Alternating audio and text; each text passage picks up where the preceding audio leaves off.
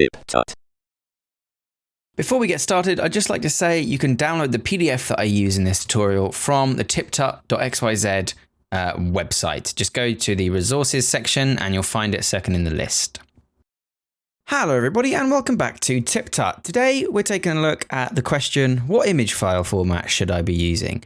Unfortunately, there's no simple answer to this. Different types of image files and formats work better in different situations.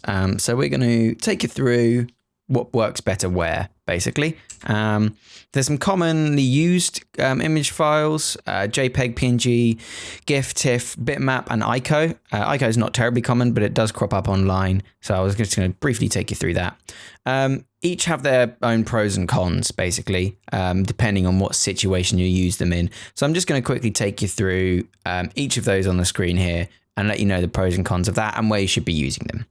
So first up is JPEG, which stands for Joint Photographic Experts Group. It sometimes appears without the E. There's not much difference between the two file formats. Slightly different compression rates, I think, but don't quote me on that. The TLDR it's very commonly used. It's lossy, but great for color. And what lossy means is the information is lost when you convert it to this format. Now, it does quite a good job of maintaining that quality and that information. It's got 24-bit colors, that's 16 million color options. So it's great for sort of maintaining lots of different colorful images. So it's very commonly used and the colors are very vibrant, which means it makes it great for photography if you're saving actual photographs as digital format. And it generally creates quite small file sizes, which means it's great for online use. The cons are, like I said, it's lossy, you do lose some information, and it doesn't support transparency, which isn't so great sometimes for use online.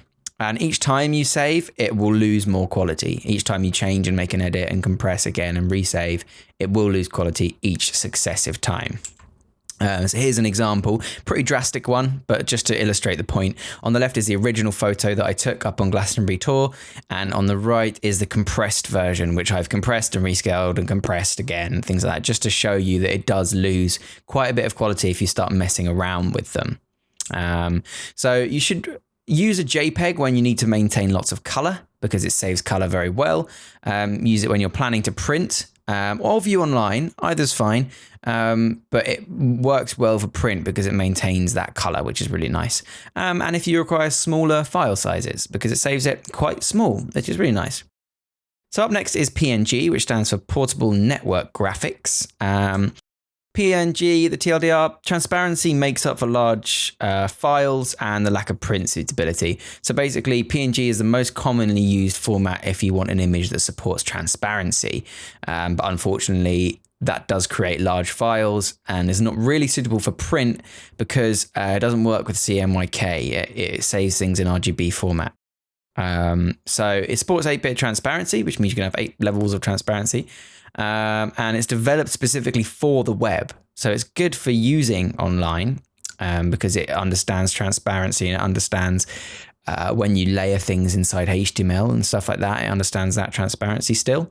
And it's lossless, meaning you don't lose quality when you save as a PNG. This does mean large files, unfortunately, but that is just a setback of having this lossless image format. So here's an example of transparency there. There's another shot on top of Glastonbury Tour, and this time a man with a boxing glove is fighting a tree. And you can see it's transparent. The background, there's no background on the tree. And the man, you can see the hill beneath it. Does make a large file size though.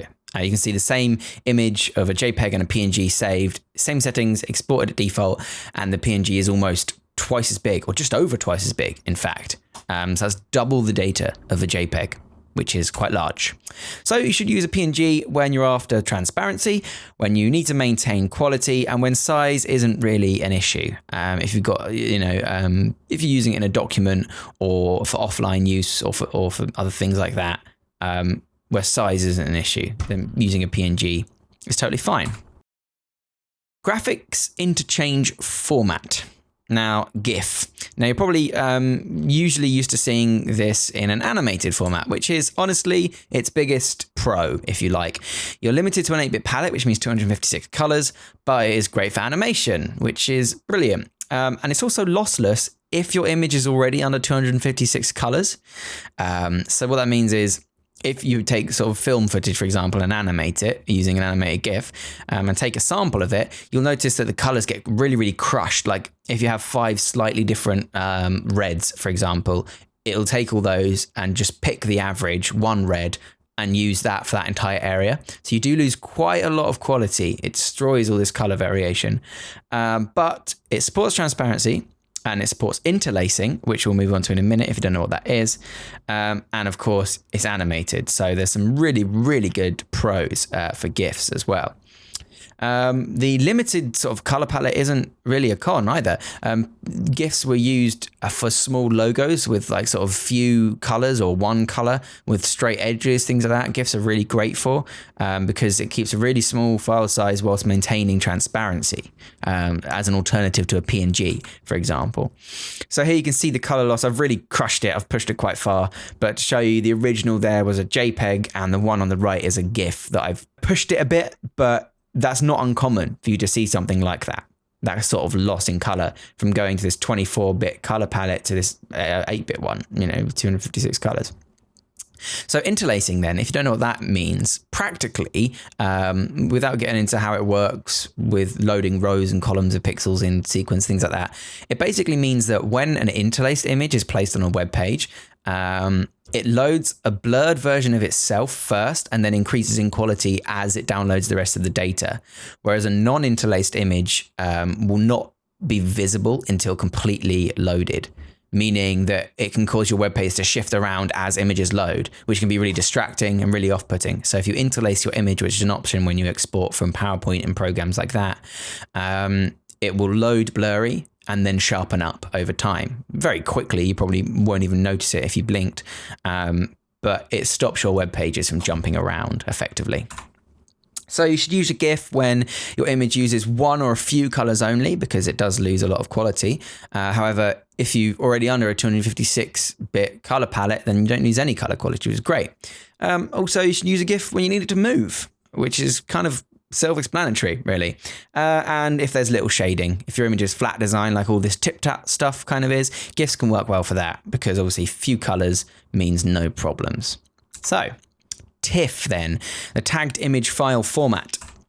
TIFF was developed mainly for desktop publishing, which means getting sort of, well, nowadays pretty much almost everything is desktop publishing, but back in the day, it meant that you could get professional quality printing sort of from your desktop PC. You could work from a home PC and publish these great things. So it was kind of made to be this high quality file format for use in the design process and for publishing, for print specifically. So for example, when you scanned an image in physically a photograph you'd taken, you scanned it in, TIFF is a good file format to save that as, because it's completely completely lossless, or it can be lossy, which is your choice, it's up to you.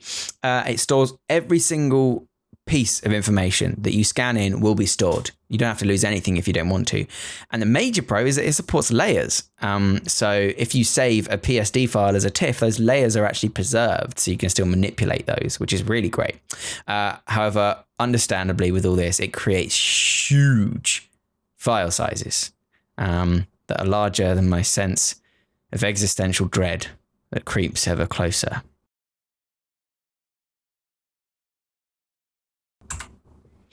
TIFFs retain their layers when exported, which is great for maintaining freedom during the design process. Huge file size means that online use is not recommended, really. It's the preferred choice when scanning physical images, as no data is lost. So when should you use a TIFF? When scanning real images to preserve quality, when file size really isn't an issue, really isn't an issue, when intended for print, or you're still in the design process, TIFFs work really well because they preserve all of that information, all the layers and the data and things like that. Bitmaps or Windows bitmap, BMP files. These are very old, very, very old. They're not used much nowadays, but you do still sometimes see them. They're very large, they're uncompressed, and they're raster based. So the way a bitmap works is it literally stores pixel data. So each individual pixel is given an RGBA value, which is red, green, blue, alpha. So you get pinpoint accuracy, and it's free of patterns, simple to understand and use. It's literally what you see is what you get. A con then is it scales badly, really, really, really badly, because when you scale it, you're literally increasing the size of the pixels. So your 1 pixel becomes 2, becomes 4, becomes 8, becomes 16. So you lose quality very, very quickly, which isn't great. So yes, you get complete control over individual pixels, which are each assigned a color. And if you zoom in, not scale, zoom in, you can physically see each individual pixel. You know it is there. Each one is completely different. And even if it holds the same color value, say like the black border on this image here, each pixel will still be stored individually. Whereas something like a PNG would say, oh, they're all the same, I'll store that as this. But no, these are individual data still stored. So you should use a bitmap when you don't fancy using a TIFF. They're very similar, apart from bitmaps are sort of a bit more unwieldy. They're great for pixel art, obviously, because they work with pixels. And you decide to work in MS Paint. Don't know why you do that, though. ICO, finally. Used specifically for icons, favicons, and similar files. So when you see your desktop icons or an icon on a website or a favicon, which is that teeny tiny little symbol you get next to a tab on a web browser, you should use ICO. The pro is obviously the very, very small file size and absolutely fantastic at compressing. Been used since Windows 1. Designed with a specific use in mind. So it does that one job, but it does that one job very, very well. The cons, of course, means it should only be used in one way, and it only supports up to 256 pixels by 256. You should never really use an ICO image larger than that anyway. That's the point of them, essentially. So here we go. For example, the Adobe Suite icons are probably ICO images. And a 32 by 32 or 16 by 16 size ICO is commonly used as a favicon image, which is, like I said, that little image on the left of a tab in a web browser, things like that, that defines what the website is for quick navigation. ICO is actually the name of the greatest puzzle adventure game ever made as well. So you should check that out and then play Shadow of the Colossus, because that's also great too. And is probably the only reason I actually included ICO images in this list, because I wanted you to see it. So you should use an ICO when you're making icons, or you need a tiny image file, or you're bored one weekend and want to experience some amazing storytelling.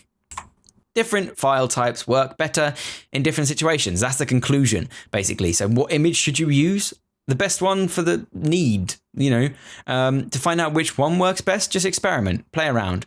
But hopefully this has given you a bit of an insight into when you should use which file types. If it hasn't, I'm sorry, there's plenty of places out there on the internet that can offer you hopefully a clearer understanding and description of that. My word isn't gospel, however. Do what you like, essentially. But understand that you will get certain limitations with certain file types. And if you know more about this, then please really, really do comment below and tell me what I missed. Tell me what you prefer. Tell me if you think I'm wrong. Because this is something that a few people have sort of just said they don't really know what they're doing with it. So yeah, thanks very much for watching, everybody. I will see you next time. And hopefully we'll do more things like this based around the sort of the theory of graphics, because I'm learning it myself and I just want to share that knowledge with people. So thanks for watching, and I'll see you next time. Remember to subscribe for more tips, tricks, and tutorials. Thanks for watching.